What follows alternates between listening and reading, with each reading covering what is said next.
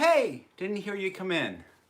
I don't know why I decided to do some weird cheesy opening like it's a special episode of a kids program or something. Hey everybody, how you doing? Couldn't straighten the friggin' thing out, so it's gonna be tilted the other way this time. Ain't that fun? Hope everyone's having a decent week. If you're in the States, presumably you have Thursday off of work, so there's that. You're late. Oh, for God's sakes. 15 seconds at most. Come on now. Was there a new video today? Kind of. I did an update of my Patreon pitch video, which mainly went up so that I could link it to my Patreon page, so it's the first thing that people see when they go on there. But unlike my last one, which I think I actually had set to unlisted, I decided to actually make this one public. So, yeah, but I wouldn't call that normal content. Fireworks of the Daleks. Yeah, 'tis the season. Not having a great week, but this will be an awesome hour. I am sorry to hear if it's not going great for you.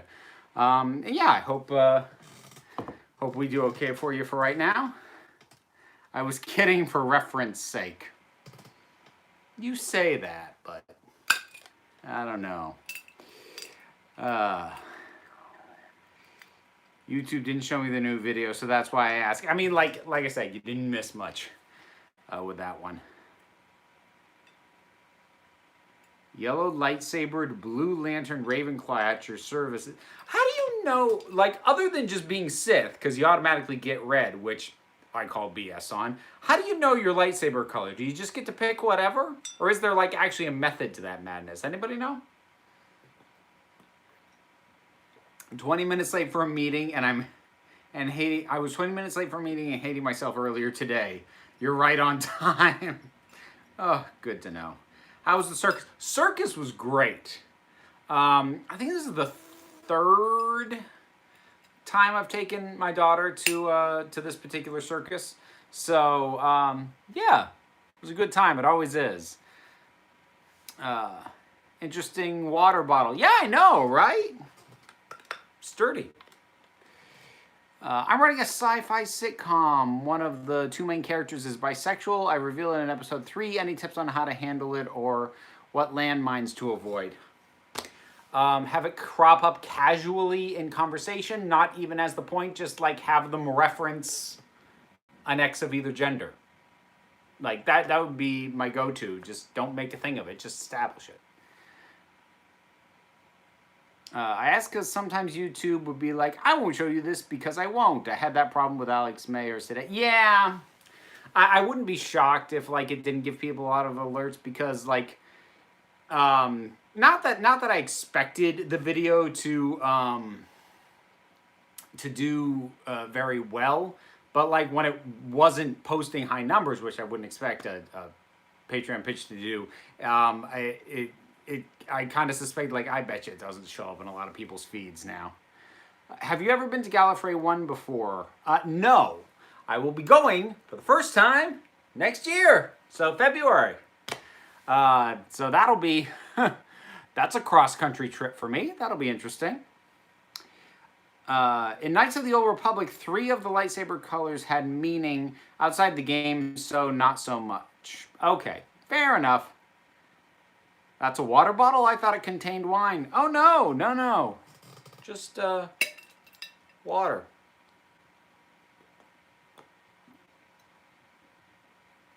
And it may or may not actually be water. I'm not telling. Loving the Widow's Peak wave action. I mean, like, that's just my natural hairline, so... actually, the sort of wave effect is, I don't know, within the last 10 years or so, because that is hairline recession right there. That used to go straight across. That is not new now. I've had it for a while, and it hasn't gone any further back. That's where it's been for a while now. But yeah, didn't always have that bit of smoothness.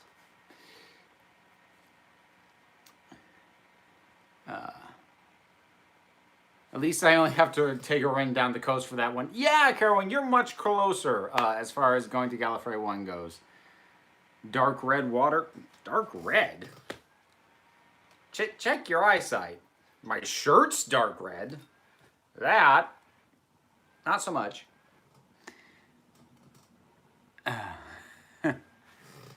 He's too classy to drink wine out of the bottle, right? Right? You do not know me very well.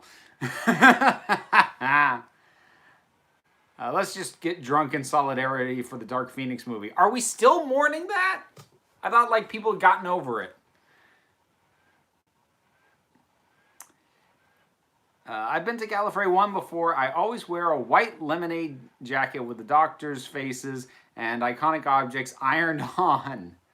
There's a large TARDIS on the back. I mean, I expect there's going to be a TARDIS because most cons I've gone to have a TARDIS. Vermont Comic Con had a TARDIS. So, like, if Gallifrey 1 didn't have a TARDIS, like, somebody done messed up. If Gallifrey 1 didn't have one. Get pissed off on camera, it'll be funny. No, not trying to. Hashtag definitely water. Yes. If you see a girl wearing a jacket with that description, that's me. I will try and keep that in mind, Rebecca. I'm not entirely sure what I'm gonna, like, I figure,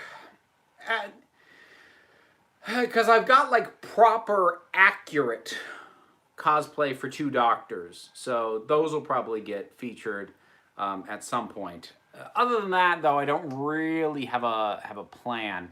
Actually, that's not true. I sort of have a plan because when I do 13, it's going to be not total accurate. I'm going to, like, alter it slightly, aside from the fact that my hair isn't blonde and I'm not getting a wig. But, yeah, that'll be fun. What is Gallifrey 1? Gallifrey 1 is a Doctor Who convention that goes on in LA. And it's...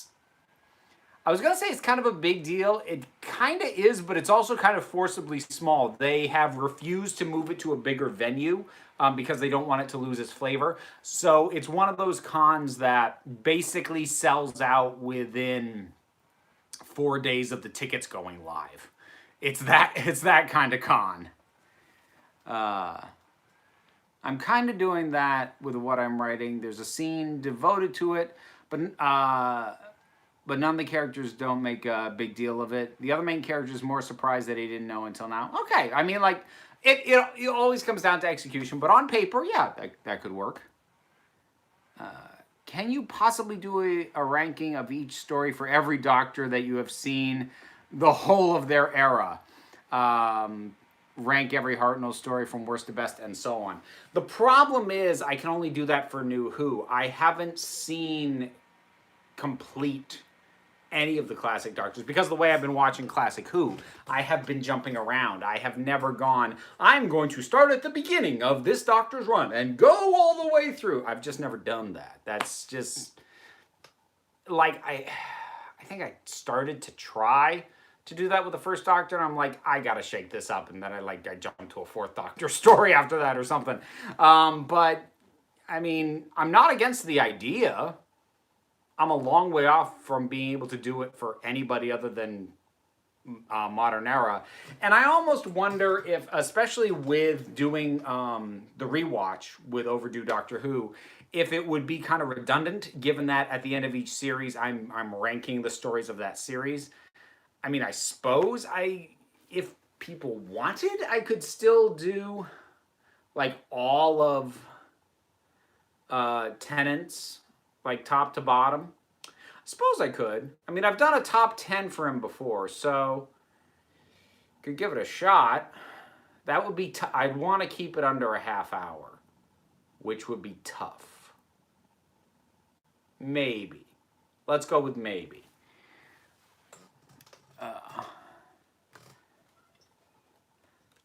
Can you do a Northern English accent like Christopher Eccleston? I refuse to attempt to do an English accent, or really any accent, especially while on the live stream, because I like to think I'm decent in accents. I'm pretty sure I'm not, and I don't really need to have that confirmed by other people that I'm actually kind of crap at it. Can I call you Nat? No, you may not. Thank you for asking, but no, you may not. Let's talk Sandman on Netflix. I am not going to say too much about that because I'm going to actually, after this live stream is over, I'm going to shoot a video on it. Long story short, I feel better about it than I did when the news first dropped. Now, I haven't tracked down exactly what Goyer's involvement is, but it's not as big as initially reported, because it was initially reported that like he was writing the scripts, but he's not. Gaiman and a British TV writer whose work I don't really know are working the scripts right now at this point, or at least that's the plan. I don't think production work's actually started on this. It's just like the deal's been done. I think Goyer's still involved somehow. He may only be producing, which is about as much as I would want him involved. I don't have a particularly high opinion of David Goyer as a writer, but I'll have more complete thoughts, and those will go up Friday. Thank you very much, Devin. Much appreciated. Please don't try to copy my accent. Well, I don't know what your accent is, but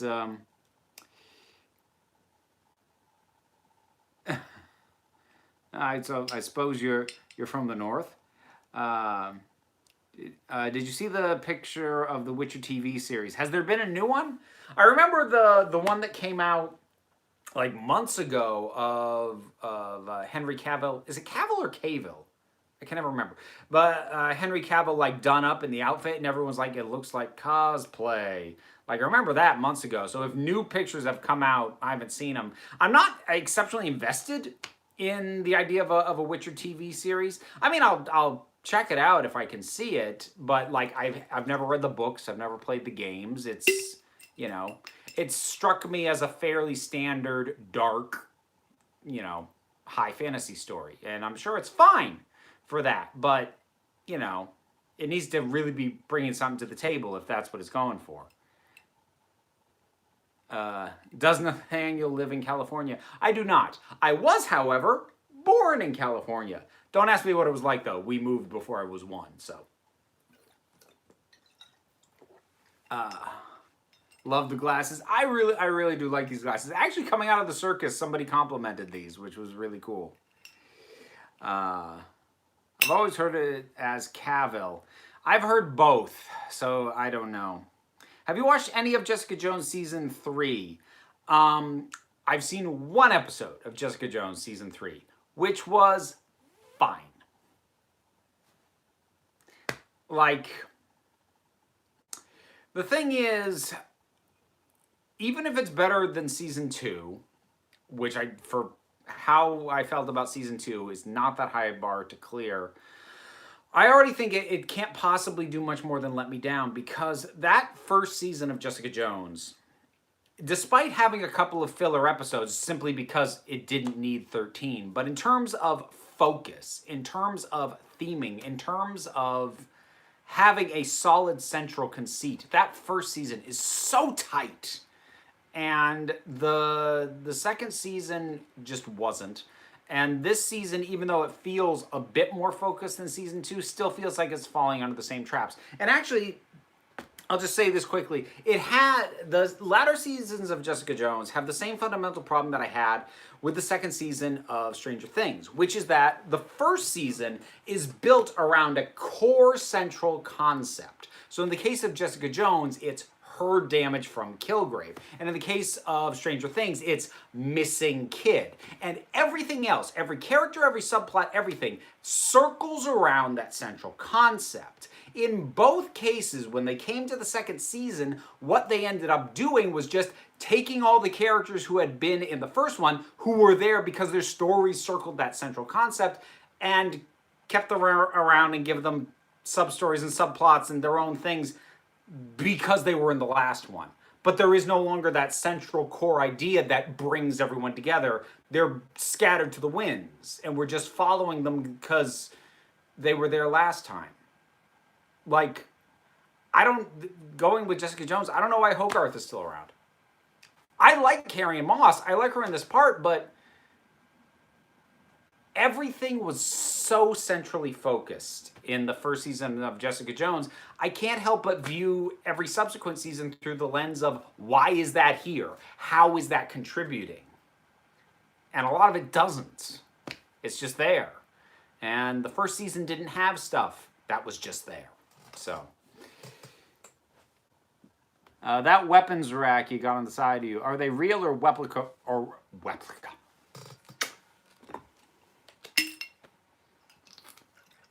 Replica weapons.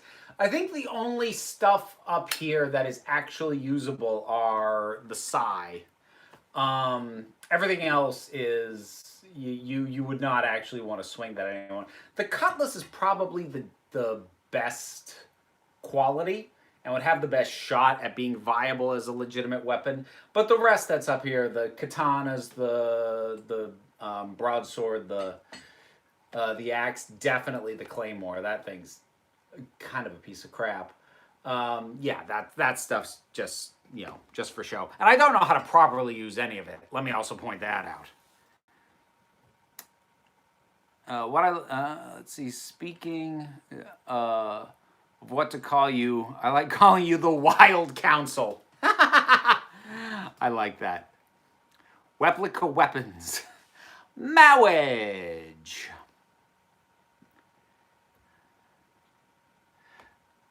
Let's see. I'm currently wearing the same glasses, but I added rhinestones to mine. Ooh, hashtag burlesque life. Yes, that's a burly detail. I love it. Maybe the water's too strong. Possibly.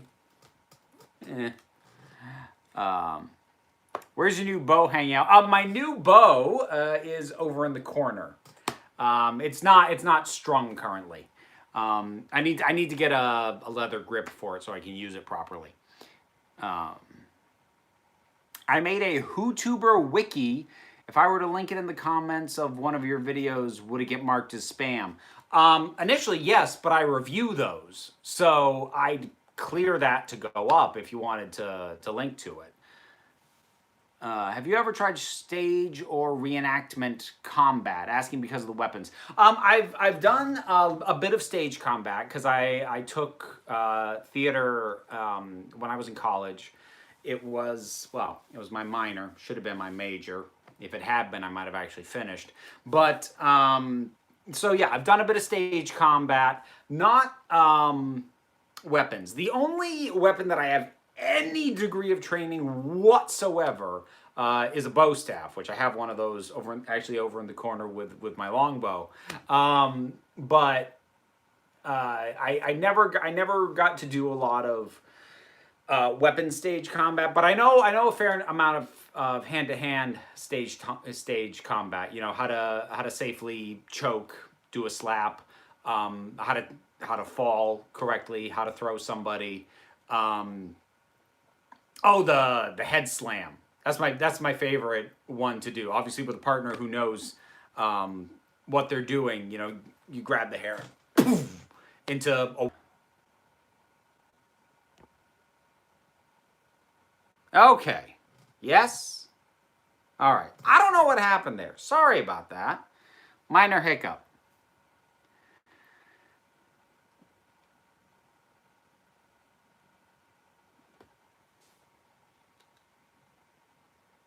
Wait, if you were born in California, how are you out there before you were born? Is that like a Doctor Who thing?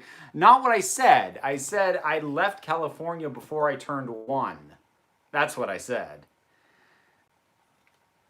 There's a period of time between when you're born, when you turn 1. Just don't remember it.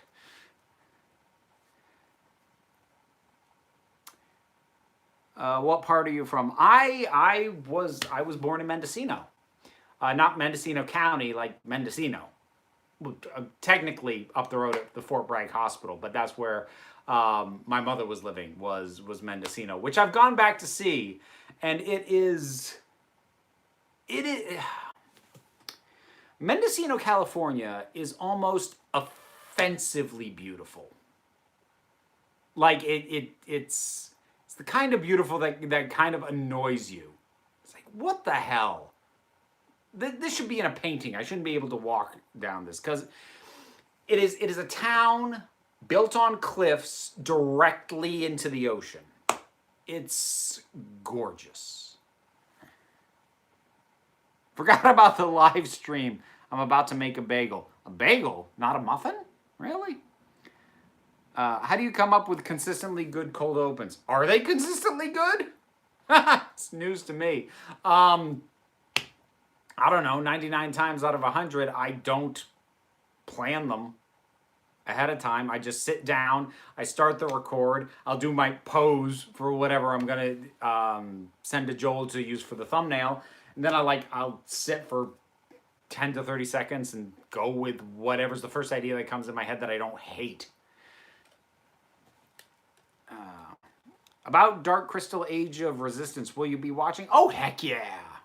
Absolutely I will be. You look really nice today. I look sweaty today. That's why the hair's pulled back.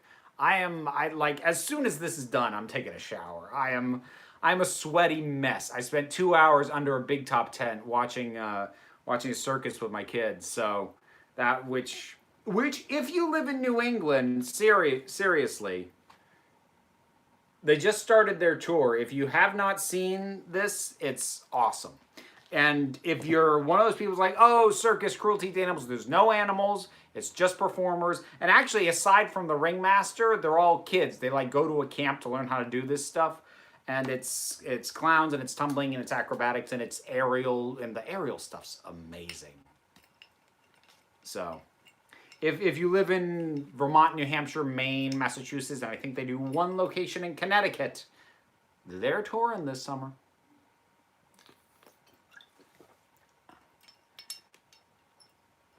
When overdue Doctor Who review gets up to episodes you've already reviewed, will you re-review them or stop the series? I actually have thought about that.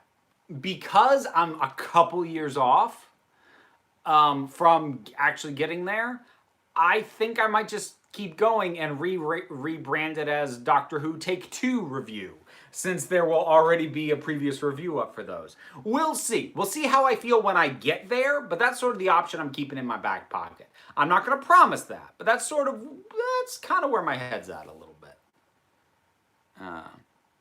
Can you do a good British accent?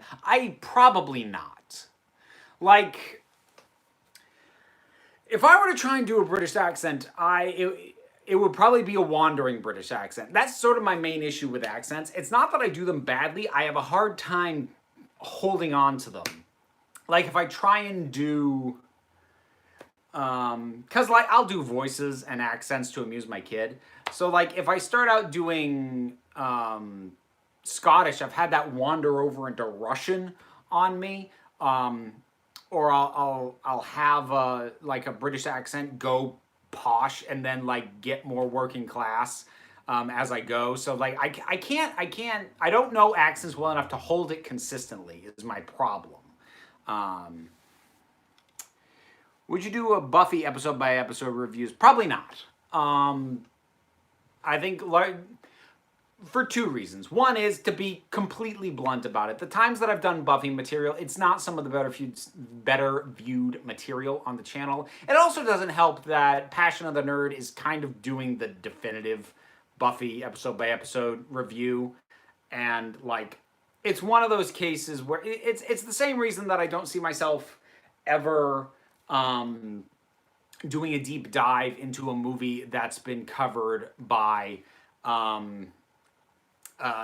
Dan Olsen or Lindsay Ellis or Patrick Willems, because they're all just too good at that. And I kind of feel the same way about how Passion of the Nerd talks about Buffy. He's so good at it, it makes me go, I have no contribution. Bagel in the toaster, I'll keep you posted on its whereabouts for the next 15 minutes. Good! We were desperately in need of updates on that bagel. Hi, Nathaniel. Hello there. Looks like Mark Hamill will be voicing a character in Dark Crystal called the Doctor. Interesting. Why do you think the United Federation of Planets isn't a utopia anymore? Okay, so this is a Star Trek question. Basically, because the only person who ever wanted it to be a utopia is Gene Roddenberry, and he's been dead long enough that they just don't hold to that anymore. And I'm not just saying that facetiously. That was a big butting of heads at the writing stage for Star Trek: The Next Generation. It was Roddenberry's edict that the Federation was good and that the Federation officers all got along. And that drove the writers crazy because it eliminated whole swaths of ways that you would normally develop drama, between characters. And I might even argue that it forced them to find other ways to do it rather than resulting to cheap melodrama. But at the same time, it drove writers crazy not being able to have the characters butt heads for more than a one-off episode and not have overcoming conflict between each other be an ongoing thing. So yeah, nobody other than Roddenberry wanted it to be a utopia.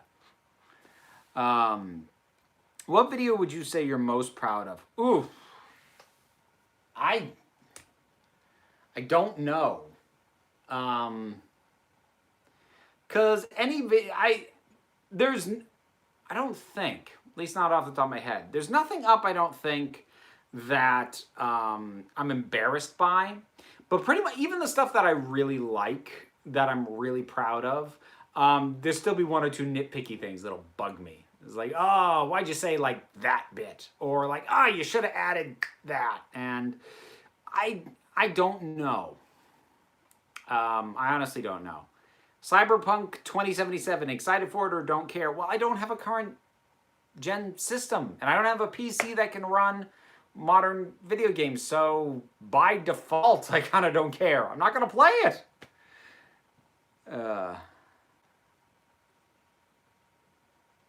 You can go with the Utopia idea, but also have conflict. DS9, for example. See, I never got heavily into DS9, but I think Roddenberry had passed by the time DS9 started, so he didn't really have his fingers in that one.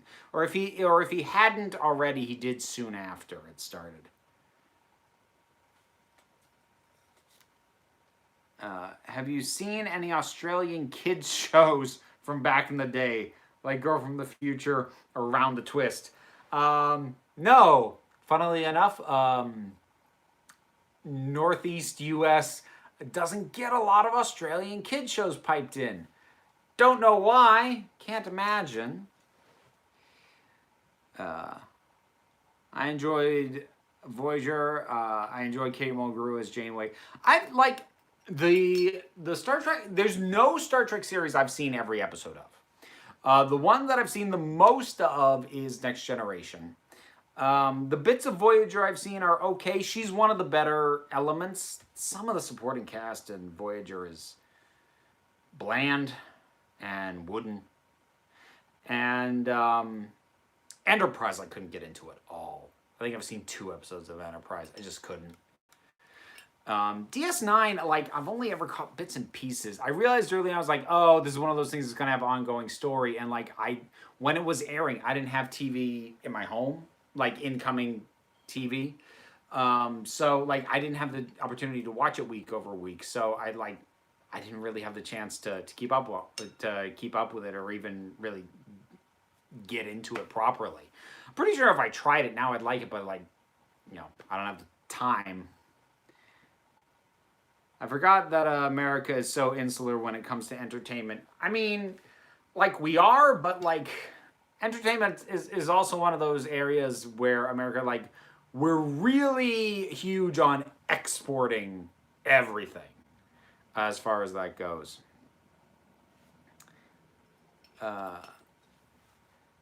Enterprise was okay, it just didn't feel like Star Trek for some reason. Well, for starters, the opening had lyrics. The opening theme had lyrics.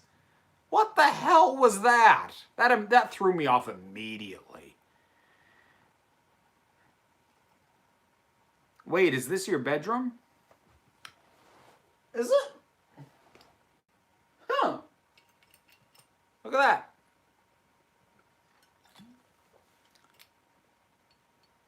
bagel is officially buttered. Oh, phew. Thanks. I was starting to worry. Should call it Doctor Who review deja vu. Oof, that's a mouthful. Have you ever watched The Walking Dead, or is it not your type of thing? I did the first season of The Walking Dead, and I just didn't stick with it after that. Not because it was bad, but because I've seen enough zombie media that I didn't feel like it was bringing anything to the table that I hadn't seen before. And, you know, having talked with people who stuck with it after that, I'm actually quite glad I bowed out after the first season. But, like, it wasn't bad. It just didn't do... Nothing about it felt new to me. I feel like most of the people who really got into The Walking Dead were people who hadn't seen a ton of zombie stuff. Because it's pretty run-of-the-mill.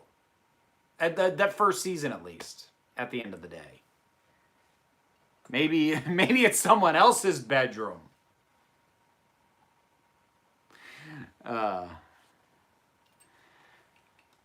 Yes, we've noticed America is big on exporting their media, like the UK in the 60s. Like in the UK, like 60 to 70% of our TV is American. Well, I mean, part of that also just has to do with the fact that, you know, you've got to fill time. And, you know, there's only so many channels producing content in the UK. And if you've got more channels and more hours in the day, then you've got new content. You can buy it from America and fill it in.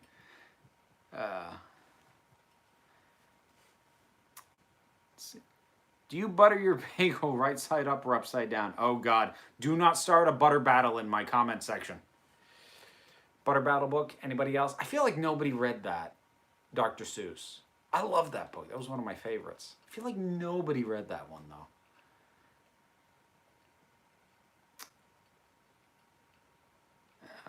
Breaking Bad was pretty good. I don't know if you saw that one. Breaking Bad was good. It was good. Okay, Lucy, I can't check my Patreon in the middle of the live stream. I'd have to like get into stuff and sign out. Like, I will check it as soon as the live stream's over. All right. I remember Butter Battle. Oh, good. Oh, good. Good. Awesome. People do remember. Other people read it. Yay. Milk or cereal first? This is not the first time I've been asked that question. Who puts milk in first? Like, what? Why? What? Who? When? I feel like that's something you put in a TV show or a movie as a character trait to immediately mark out somebody is weird. Not that I'm saying that, like, you're a weird freak. If you do that, I'm just like, why? Don't get it.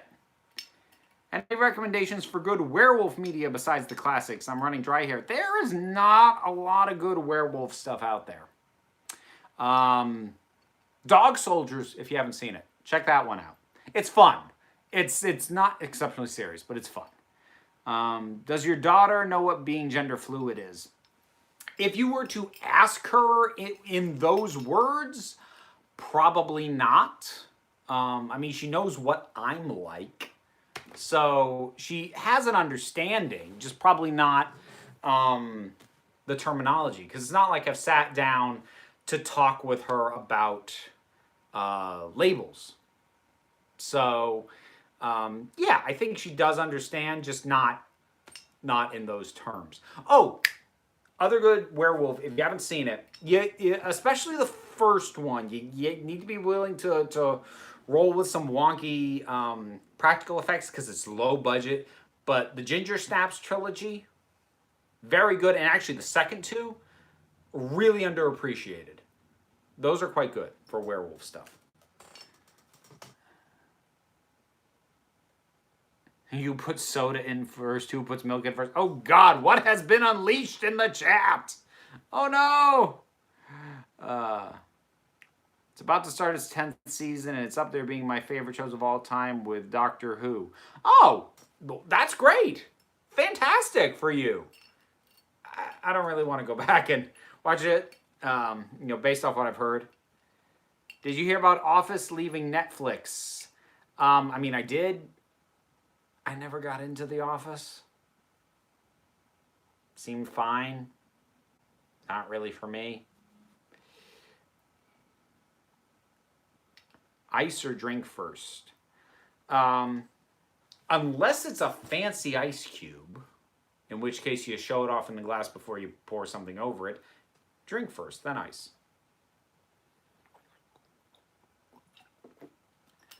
Would you do a ranking of Batman movies? If not, what's your favorite? Here's my problem with that, because I actually did have the idea, and I don't know if I'll do it, and I'm probably going to regret saying it out loud. I did have the idea of ranking every Batman movie, including the animated ones.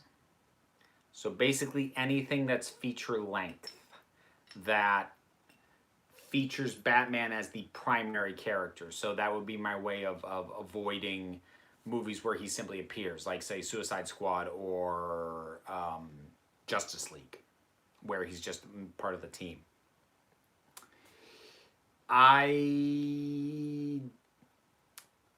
The thing is, there's only a handful of movies that I'd have to see that I haven't yet in order to do that. If you're gonna restrict me to live action,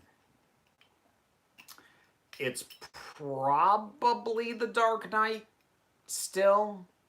I know it's become like the cool thing to say that that movie's overrated. It's really not. I do really have a soft spot for the '89 Batman, though. Where are the Harry Potter videos you promised? I'm trying to think if I promised any. Well, first of all, I don't think I promised anything. I'm trying to think if I've mentioned anything other than sorting other franchises into Hogwarts houses and possibly a second video on sex ed at Hogwarts. And I'm still, like, percolating on those, so they haven't gone away. I just... It's not easy to budget my time and my schedule to get to everything. You know, stuff takes time, folks.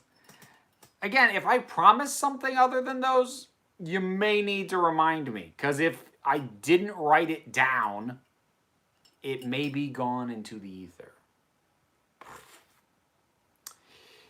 '89 Batman is good, but I will admit I'm more partial to the Nolan Batman movies. I mean, I would rate the Batman '89 absolutely over Dark Knight Rises, probably over Batman Begins also. Are you ever going to do a video ranking the X-Men movies? Yes! I need to see Dark Phoenix before I can do that. And because I missed it locally, I'm going to have to wait till it's available digitally. So I'm a little ways off on that.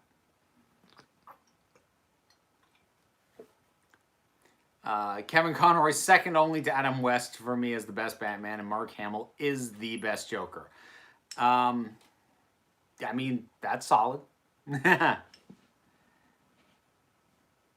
The animated Joker is the true Joker for me. I'm not, like... One of the nice things about Batman, and Batman's Rogues Gallery, and the Joker in particular, is that these characters have been around long enough and reinterpreted enough times that you don't necessarily get a quote-unquote truer interpretation, because you can simply choose to emphasize different elements of the characters, and it's still accurate. Like,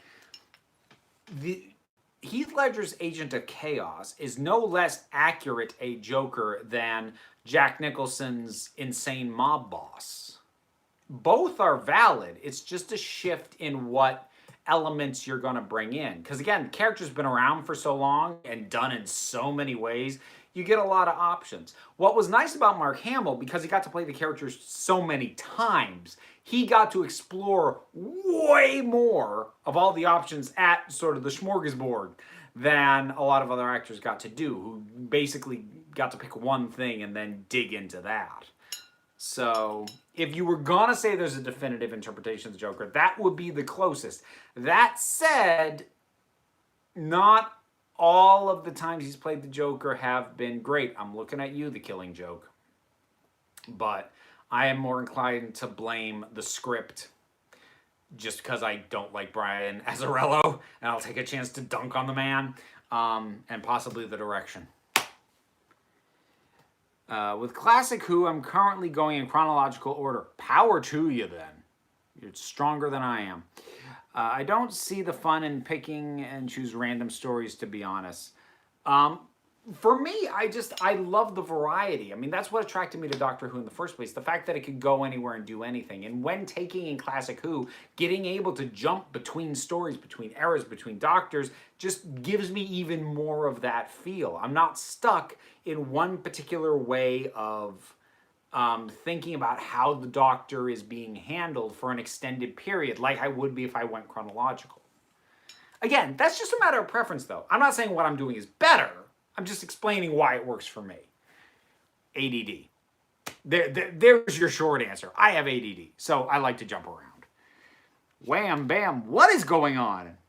Have you watched Kung Fu Hustle? I love Kung Fu Hustle. Holy cow, that movie's great. So good.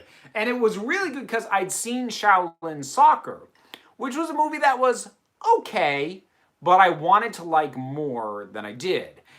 And then Kung Fu Hustle came out. I'm like, this is everything that worked from Shaolin Soccer. None of the stuff that didn't work. And it's all been refined to this glorious bit of insanity. If you've never seen Kung Fu Hustle and you don't mind subtitles, you need to check it out. It is nuts. And the best kind of nuts.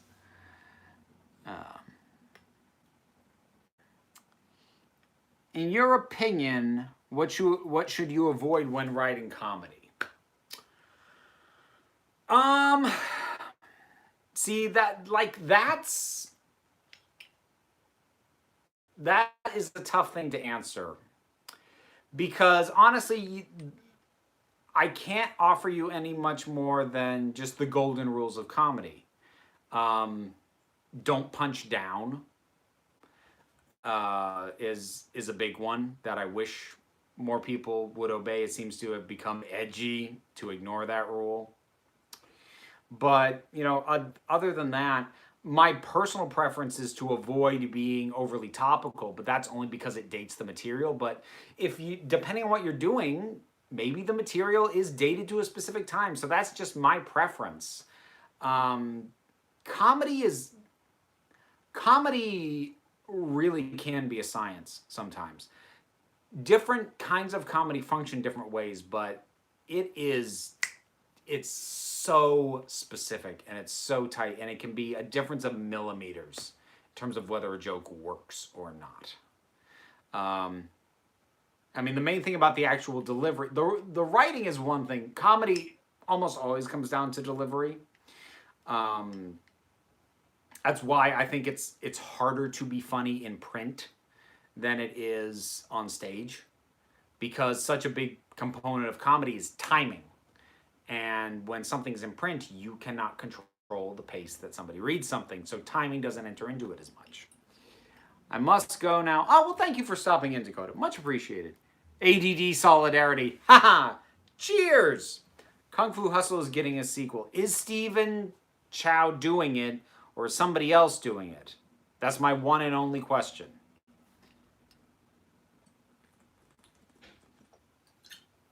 Why is this channel on IMDb?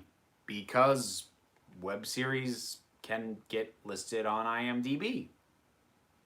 Why wouldn't it be? Have you considered watching Chernobyl? Well, I ditched HBO after end of Game of Thrones, so not really. Sometimes I find that I write better comedy when I haven't set out to write comedy. It seems to happen on its own. It is a... I think, I was going to say, it's not just comedy, though. I think in general, if you sit down trying to evoke a specific emotional response, like that's your goal, I think it becomes immediately harder. Like if you sit down and go, today I will be funny. Today I will be romantic. Today I will be sad and tragic. It's going to be a slog and a grind. my own personal golden rule for writing, if it's a narrative or if we're talking narrative, and again, take this with a huge grain of salt. I've finished a novel that I've been shopping around for friggin' ever. No one's bid on it. I may suck at this, but anyways, my own golden rule when writing narrative is story is king. Everything is story. So when you go in, your first and foremost priority should be telling a good story and weaving that story well. Where so many people, I think, stumble and where you can often end up with something really pretentious is if you come in with a goal that is not about the story. A goal that's about, I want to make people feel this. No. Come up with a story, work the characters, and as you work that, figure out what emotions you can evoke through the story you're telling, as opposed to trying to orchestrate events in the story in order to elicit a specific emotion. That's when it comes across as manipulative and people reject it. I have a very important question. Do you believe in flying muffins? Sure, today, why not? Or actually, let's say if there's a steady paycheck in it, I'll believe anything you say. Is it weird or wrong that I'm glad Ian M. Banks and Terry Pratchett are dead because that means neither author can say anything that will disappoint me? Wrong, no. A little morbid maybe, but I mean, that's a reality sometimes. Like there's a reason that there's that old phrase, never meet your heroes. Because you can build up someone in your mind. And then when you meet them or hear things that they've said or done, ultimately they're just human. And not to get overly cynical, but humans let you down. That's kind of what we do as a species. We're really good at it, both collectively and individually. We're extremely good at that. So, you know, there is, I think, some validity to feeling like, oh, well, at least this person being dead means they can't disappoint me in some way. So like I said, a little morbid, not wrong.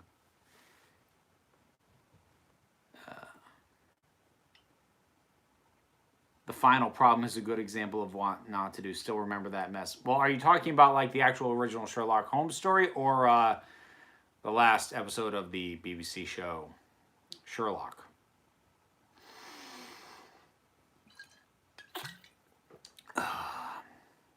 Would you consider a character being comically stupid to be punching down? Depends.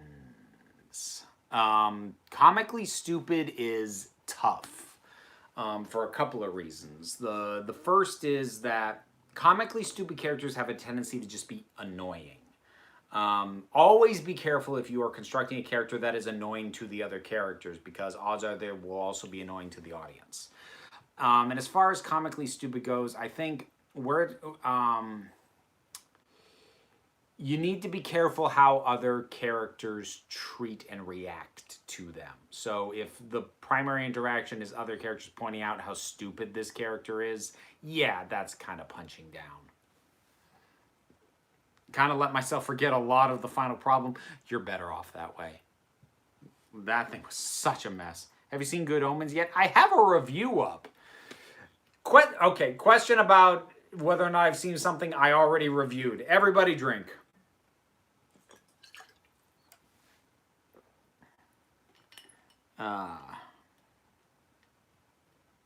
Did you watch Dark on Netflix? I don't even know what that is. What's comically stupid done right? Ari, not annoying. I would say you could take a look at the early seasons of Red Dwarf. Lister. is kind of comically. Here's the thing: if you're doing comically stupid, you can't have them be stupid across the board. You can have them be lacking in knowledge or experience where they don't have the foundation to understand what the heck is going on. But, they're not, it's not that they're unable to process information. So like you need to figure out exactly how are they stupid. So think of it as the inverse of street smart versus book smart. Are they book stupid or are they street stupid? Because if you do all of it, just like if you have a character that is smart in every possible way, that's boring. If you have a character that's stupid in every possible way, I'm not going to say it's impossible to work. Somebody will probably put an example of a time it's worked in the chat. But like, that's a hard needle to thread. What's your unpublished novel about? I wrote a fantasy novel that is, God. I'm trying to think if there's a short version of this pitch, which is probably part of my problem. It is a Victorian level technology for humans clashing with a world of fairies. And when I say clashing, I don't mean outright like war or anything, but like that's the tension in the world, and there's a little bit of X-Men kind of a feel to it because it deals with people who exhibit innate, magical abilities that they can barely control, which makes them inherently dangerous and greatly feared, and also sort of not of either world. They are feared amongst humans, but humans are not going to be welcome among the more magical worlds of the forest. So it follows a character who has that condition. And there are a few others like that. So bright but steampunk. Well, no, because it's not modern day setting. It's it's an original world with its own history and all of that stuff. Did you see the Charlie's Angel trailer? I did not. I missed that. Jason from The Good Place. Yeah, Jason is a good example of comically stupid, but it's worth pointing out he has a certain degree of emotional intelligence. Like, he doesn't know anything, and he can't process information very well, but he can get a read on people in terms of, like, good dude, bad dude. Like, he has a certain degree of emotional intelligence, if nothing else. So, he's not completely devoid. And also, he's got a really good heart. He wants to do well. He wants to do right. He just has a very poor conception of what that even is. Like, yeah. The Good Place is amazing.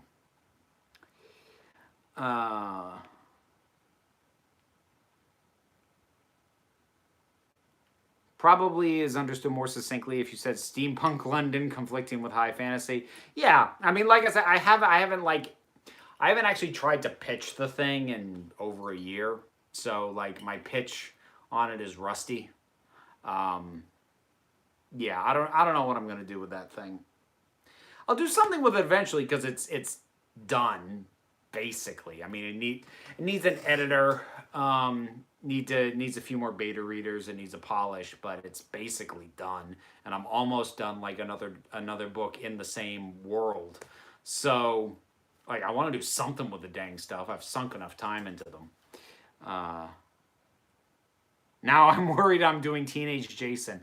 I mean, look, you're going to have your influences, especially, like, not to sound like a patronizing jackass, except I probably am a bit of a patronizing jackass. So, like, TV and Sin, I know how young you are. You're allowed to steal stuff. Like, not to belittle anything that you're working on, but pretty much anything you're writing now at this point in your life as a teenager is practice, is to get good at the act of writing so that you can refine just the process of doing it. It's okay to be heavily influenced by other stuff. if you have a level of awareness of it, that helps. Don't rip off intentionally, but it's okay to borrow because you need to put something on paper. The biggest mistake that most creative people have is they leave it up in their heads and they never actually get it out because they're too busy thinking about it. They're too busy thinking about, oh, but it's not original enough. It's like this. This character's like that. This character speaks like this person from that movie. Just write it down. Whatever it is, whatever it sounds like, even if it's junk, write it down. Because once you write it down, you can rework it. You can revise it. People think they can revise in their heads and like suddenly their first draft is this magical, glowing scroll from the gods. Oh, and it won't even need an editor. That doesn't happen. It is write it down and revise it, revise it, revise it. It takes forever. It's a slog, but you can't revise what you don't have on paper. Did you see the CGI series Dinosaurs with Earl Sinclair? No, that does not ring a bell. Thank you for answering my email. By the way, it was nice to hear back from you. Yeah, I'm trying to catch up on emails. I had a few that were several weeks old that I meant to respond to. How do you keep your focus when writing? You just asked a person with ADD, how do you keep focus? Catch a wave sometimes is what you need to do. So come on.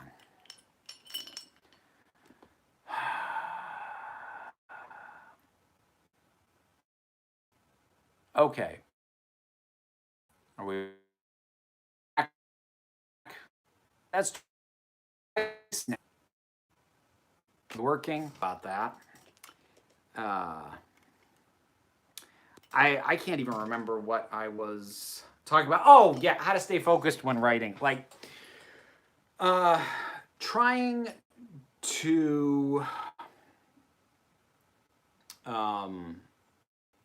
stay focused when writing is just, sometimes, you just got to sit down and force yourself to just start to write. And then if you're lucky, you'll push through. But the other thing is, like, if you feel inspiration, friggin' drop whatever else you're doing and sit down and write.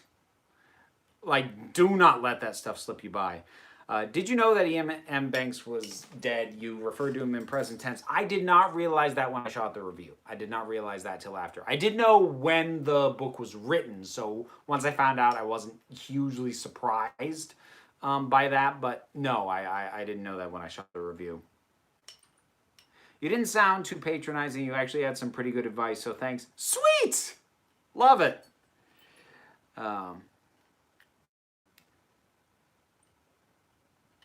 See. Love Dinosaurs, have it on DVD. Maybe solar flares are doing the buffering. Oh, jeez. I remember when I thought my first draft was flawless. I look back on it and wonder how the hell I did that.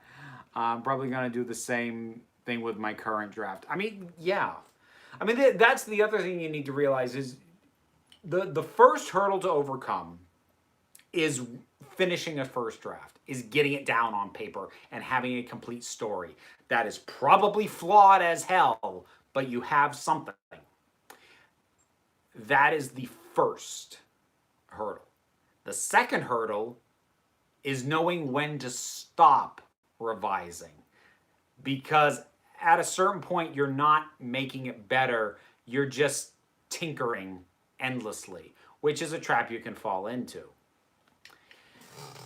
Oh, why is this telling me very bad connection? Oh, God's sake. Well, it's been about an hour. I might close it up soon, folks, because this thing is really determined to cop out on me. I don't know if my internet has slowed down or what.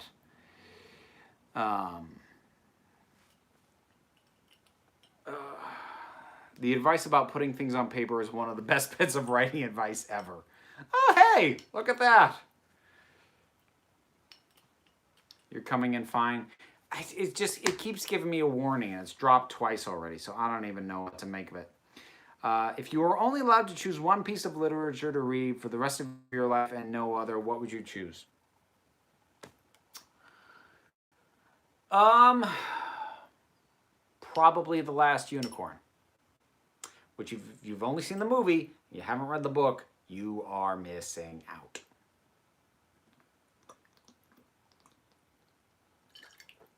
Does it literally have to be on paper? No, it's figure of speech. It can be on a computer screen. I type when I write.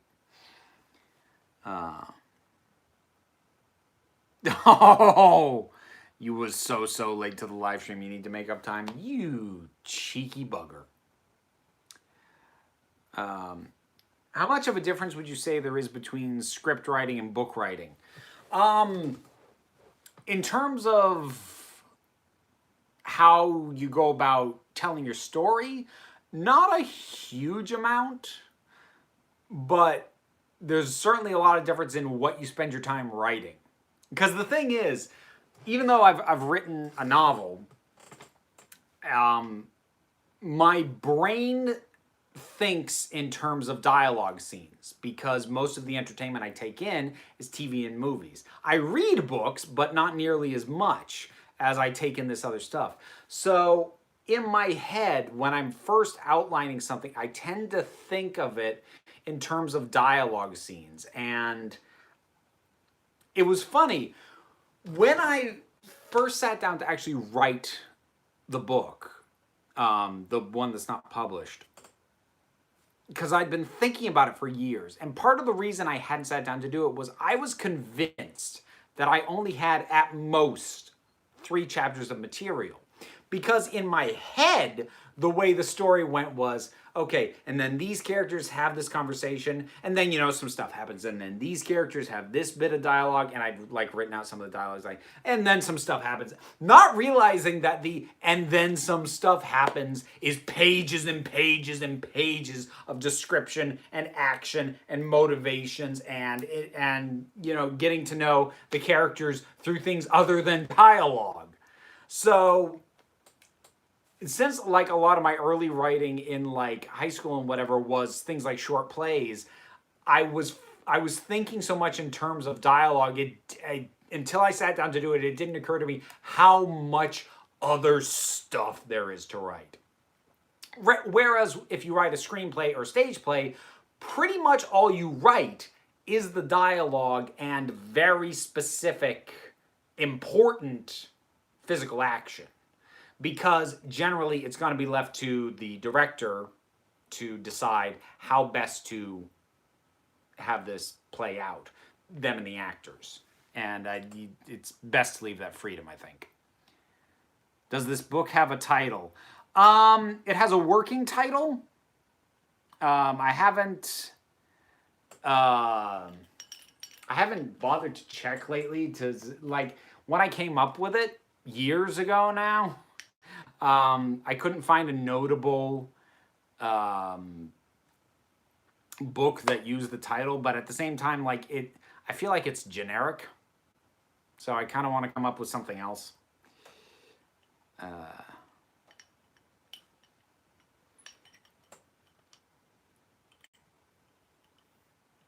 have the same experience with my old YouTube videos. I don't know what the hell I was thinking in some of them. And some of those are less than a year old.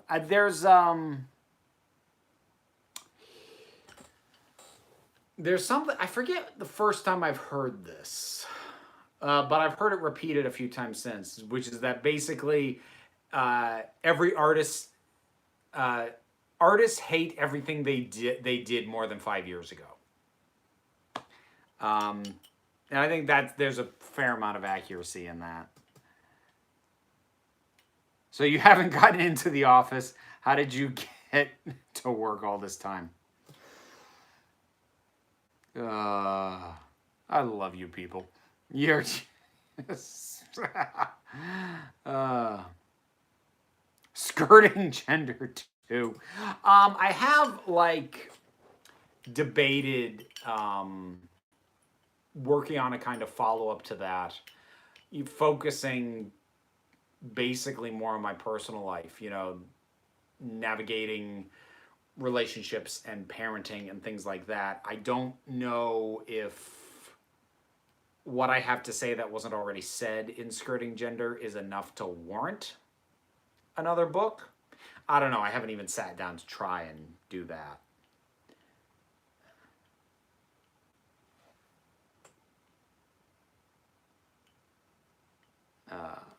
I've heard that as you are your greatest critic. Well, I would actually say you should be your greatest critic, because if you're not your greatest critic, that usually means you think you're amazing, and that's a whole other different thing to deal with. Skirting Gender to Electric Boogaloo. Oh dear, oh dear, oh dear. How do you stay on one idea? How do I stay on one idea? I have a finished novel, a 3/4 finished novel, a narrative podcast sketched out. I have a play that I've written. I have a screenplay that I've written. I have more short stories than I can count. And I have always jumped between projects. I really forced myself to sit down and focus on Skirting Gender and the novel for different reasons. The first being with the novel, I wanted to have a finished draft. Well, in my mind, I wanted it published so that when my daughter was old enough that she was an appropriate age to read it, that she could. And I mean, I suppose she'd still be a little young for it, so maybe it's not too late for that. But I really wanted it in a finished state. So that was what forced. That's what I kicked myself in the butt with for that. And with Skirting Gender, I realized that if I didn't do something soon, because I was starting to move away from updating the Vera Wild channel regularly, and I was focusing with sort of that end of my life more on burlesque performance. I was realizing that whatever sort of cache of reputation, of clout that I had to talk about that, whatever minimal amount being on YouTube and having written that one cracked article that did quite well gave me was going to expire soon. So that was a big part of what kicked me in the butt to finish Skirting Gender.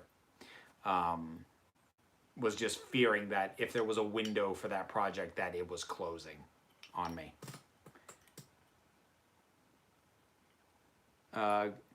Could you get Skirting Gender to be an audiobook? I would have one of two hurdles to overcome with trying to do Skirting Gender as an audiobook, which I would actually like to do. The first is either I would have to shell out to hire someone to read it. I'd actually kind of like to read it myself, but if I do that, I'm going to have to probably get better recording setup than I have. I'm going to have to find the time to do that, which, that's a lot of time. And multiple takes, also realize. So, if me reading the book ends up being, let's be conservative and say 9 hours, that's finished product. It's going to take minimum triple that to, in terms of recording time. And then I need to hire a sound engineer to put it together into something halfway decent, because I don't know how to do that. So yeah, I like the idea of having Skirting Gender as an audiobook. I would like to do that, but the logistics of it are impractical. There are lots of things that I would really like to do, but the number of them that I can work on at all is limited, and some of them I feel like I can't even begin to tackle as long as I'm still working a 40-hour a week day job. So how would you describe the movie Fantasia? Gorgeous. I mean, other than that, I think the film describes itself pretty well in the opening. It is a visualization of music. in various wonderful ways. I really do like Fantasia quite a bit, actually. You'd orate it yourself. Why not hire someone? Well, because Skirting Gender is my story. So, like, if I ever published the novel, and if that ever had an audiobook, I'd hire someone to do that. Someone who, like, can do the, give different voice to different characters. Like, I'd hire someone to do that. But Skirting Gender, that's my story. That's me. I would prefer to tell that. I'm a little possessive. What's your favorite Saturday morning cartoon as a kid? I'm not sure what it was at the time. In hindsight, it's the real Ghostbusters, because that one has held up the best of the ones that I was into when I was young. Just focus on fixing your TARDIS priorities. Yeah, if I could just get the TARDIS working, I'd have enough time for everything, and it would be amazing. Did you watch the new Lindsay Ellis video on Game of Thrones? I did. I see her videos pretty soon after they premiere. She's really good. It's your word, so it needs to be your voice. Is that right? No, Black Cover. It's not that it's my words. It's that Skirting Gender, that book, is my story about my life and the things I've learned about myself. It's not about the words. It's not about having written the words. It's about the fact that the story those words are telling is mine. Me. Not like I invented it, like I friggin' lived it. That's what makes it my story. And that's why I would feel very, frankly, uncomfortable hearing someone else tell it.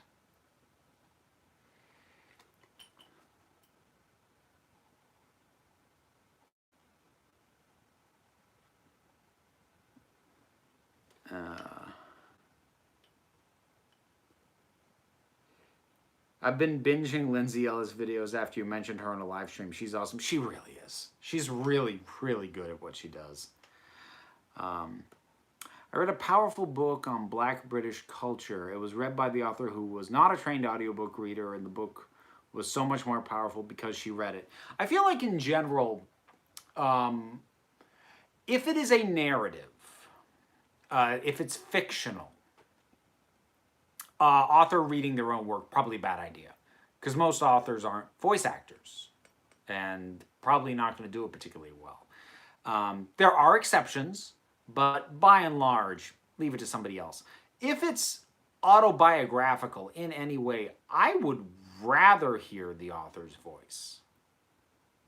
That's me.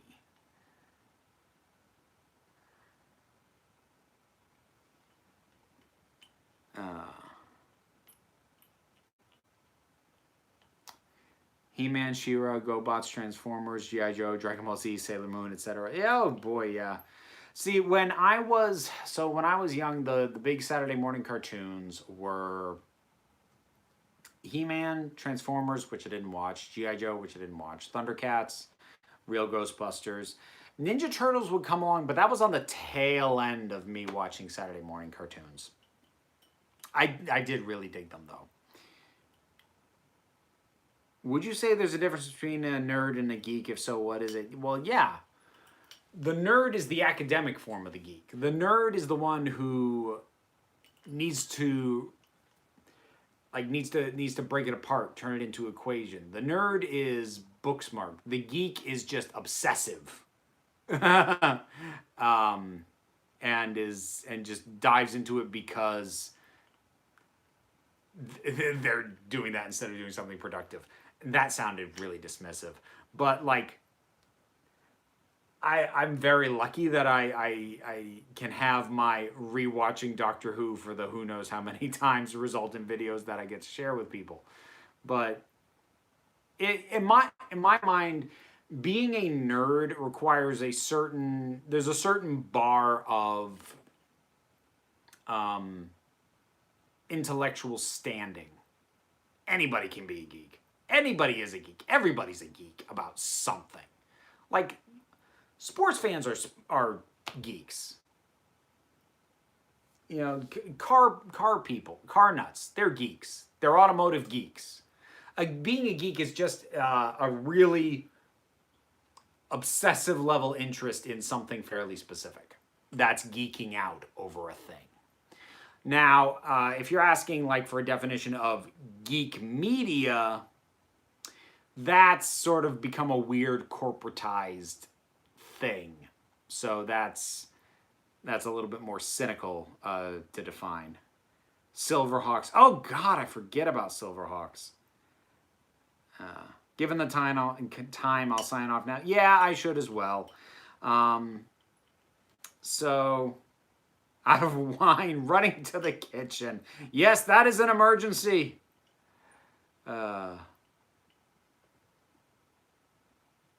Did you ever see the movie Little Ashes from 2008? Robert Pattinson as Dolly. Very interesting themes. I didn't. I did hear he played that, but most of what Robert Pattinson's been up to, just not my kind of movie.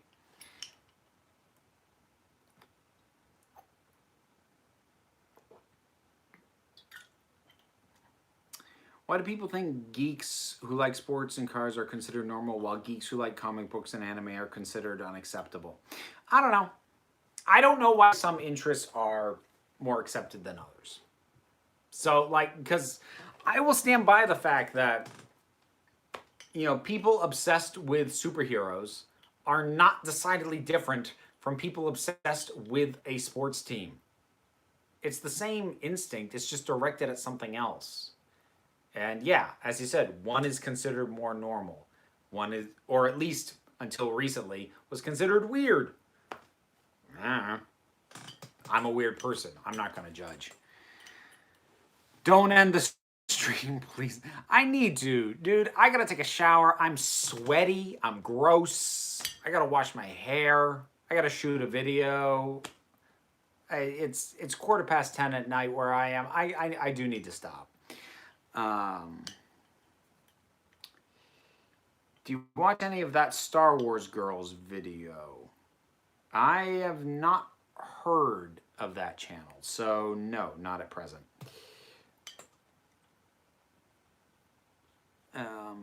So yeah, I am going to wrap it up, everybody. Thank you for tuning in, for listening. This was very unstructured, even by my standards, but if you're in the U.S., I hope you have a great 4th of July. If you're not, and you have to work that day, I hope it is a decent day for you regardless.